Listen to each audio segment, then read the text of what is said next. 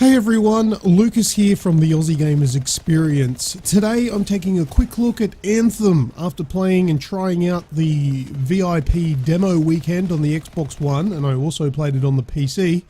I'm really excited for this. First of all, I personally don't get super deep into this kind of looter shooter style game.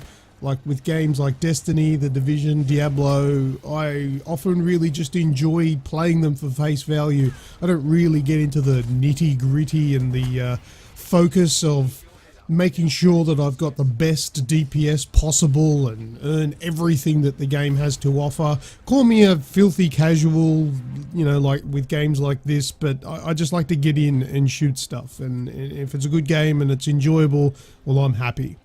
But after playing the Anthem VIP demo for a few hours, now I didn't get a lot of time with it over the weekend, but I at least got 3 or 4 hours into it.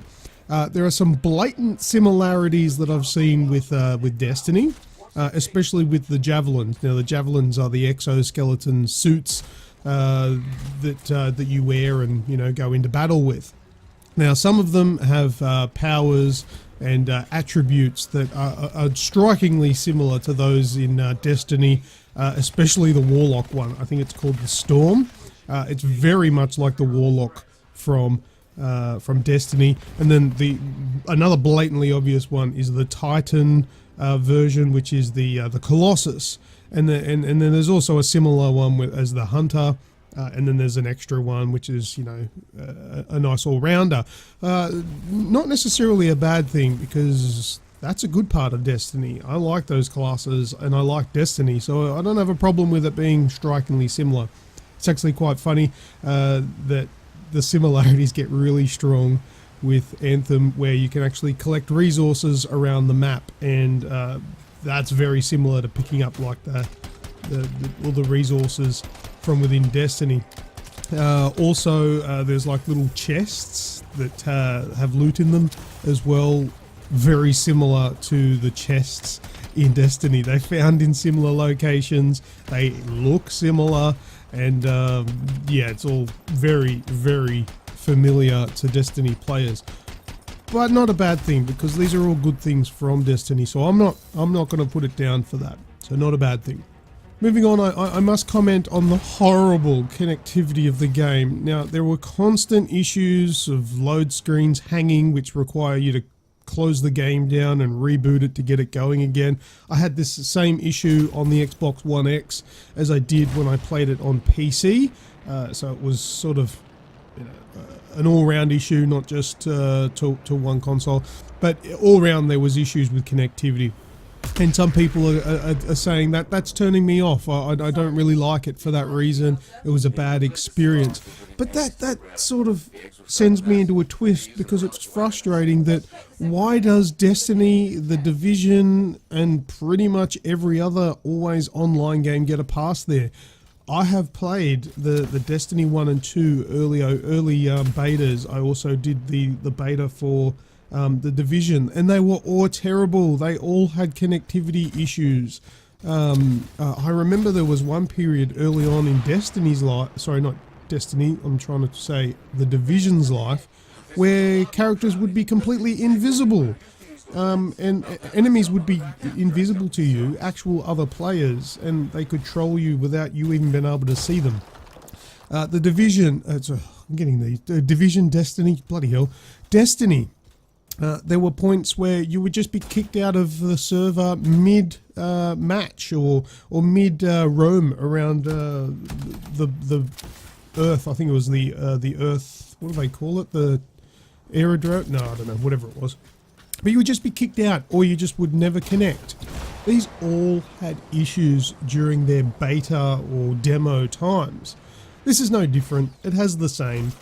It'll be rubbish to start off with connectivity, and then it will slowly level out and you'll have minimal problems. You'll still get the same issues that you get from online games, but I just don't know why. I think maybe because this is just the current thing, and it's been years since there's been major issues with Destiny and The Division, because they're well established now and their servers are running fine. But anyway, to say that you're turned off because of the connectivity issues with Anthem, I think is silly, because because of what I've just explained. Alright, now this video is only going to be fairly short. It's not going to go on forever, but there's one thing that I want to touch on that is really, really irking me, annoying me about the fan base. And that is that EA has published Anthem. And I know EA has done some pretty shitty things in the past, and they royally messed up Battlefront 2, and they deserve some curry for that mess. Okay, that's a fair call. However, to say that, oh, I don't buy games because EA has made them, well, that's ludicrous. Well, first of all, EA is the publisher. They didn't make the game. BioWare made the game. Me, personally, I like BioWare games that they've made in the past. I think they're actually really good. What I would say is, don't discount any game unless it completely is not of any interest whatsoever to you. But don't discount a game just simply because whose name's on the box. That's just ridiculous. Check it out before you make up your mind. There's a free demo. Well, there was a free VIP demo. That was the VIP one you had to pre-order for. Fair enough, you don't bother with that if you don't want to pre-order. But there's a free open demo that's available to the public on February 1st, 2019. However, in Australia, it's very likely it'll be around 4 AM on February the 2nd because of time zones, etc. Try it before you can it, because you might actually find that it's a good game. You might be surprised. The worst case scenario is that you don't like it. You find it's not for you. Alright, fair enough, put it down, don't bother with it. But just to can it, put it in the back seat because the EA logo will be on the box. That's stupid. I think EA has learned from its mistakes. Now, the massive big shit fight that was Star Wars Battlefront 2 is probably a good thing. Sad for Star Wars fans, but it's a good thing moving forward, because it appears that they're finally making a game that's a little bit friendlier to the hip pocket. There will be microtransactions for vanity items in Anthem.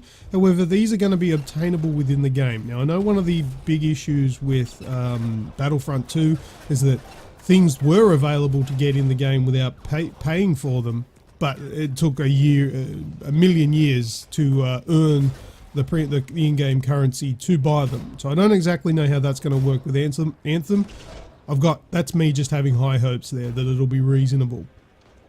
But there's going to be free DLCs, there's going to be vanity items that you can pay for or earn in-game, and it's looking quite reasonable. All of the stuff that I've seen to date is looking promising. I think EA have learnt, because they got massively burnt. They got absolutely stuffed over with Battlefront 2 because of how bad their microtransaction model was. So I can't see them making the mistake again. They are a big company. They have been seen as massive arseholes in the industry. But I can't say that they're that stupid that they would fail again with that kind of thing. I'm pretty sure they would have put some work into making sure it's a lot more end user friendly. But time will tell. We'll see. Okay, before I end this video, I just want to answer a question which is from my point of view, and it is my opinion. To the question, is Anthem a good game so far? Simple answer is yes. Who the hell wouldn't want to fly around in massive tanky armor? Well, if you're going to be the Colossus, because that thing's damn cool, and shoot rockets, fly? You can actually fly in one of these games. A scenario, right, you're pinned down behind cover. There's hundreds of enemies in front of you, all beating down on you. There's a massive big mini boss that wants to hammer your ass as well. You're locked down. You've got a front of enemies and you've got nowhere to go. But you can't get good shots off.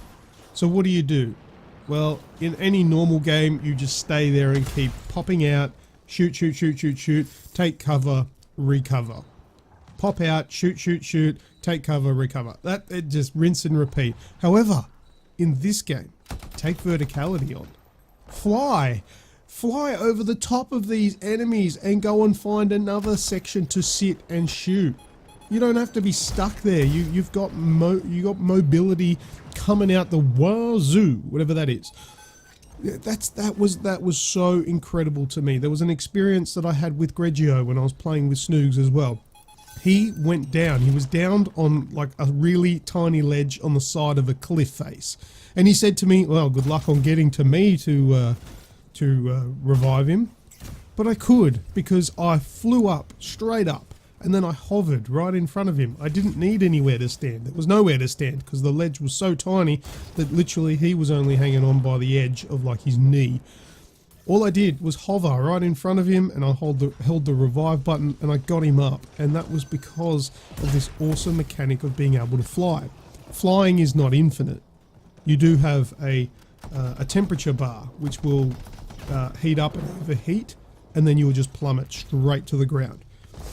However, if you fly close to water, think about like a jet fighter flying over the ocean, really close, and the water sprays up and puts up a mist. That will slow your exoskeleton's jets from overheating quickly, and will slow it down, so it'll make it heat up ever so slowly. If you fly into the water or through water, aka a waterfall, it will completely cool your jets, and you'll start again, and you'll have a lot more time in the air. Amazing stuff. Amazing stuff. Just quickly as well, there are 4 exoskeletons. Don't make me name them because I can't remember them all.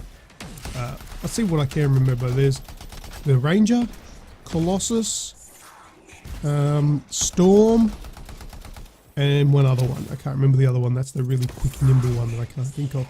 But yeah, so 4 classes to start off with. I don't know, maybe they might be bringing more. I think that has been announced. I can't recall exactly. But Anthem to me looks absolutely amazing. I'm going in with an open mind, and hopefully we're all impressed at the end. But there's going to be issues. You got to be reasonable. They've all had issues. All right, that'll do it for this video. Thank you very much for watching. Ever so gently press that like button and give the subscribe button some love too. Oh yeah. Cheers for that. That's all for now. I am Lucas, and until next time, I will see ya.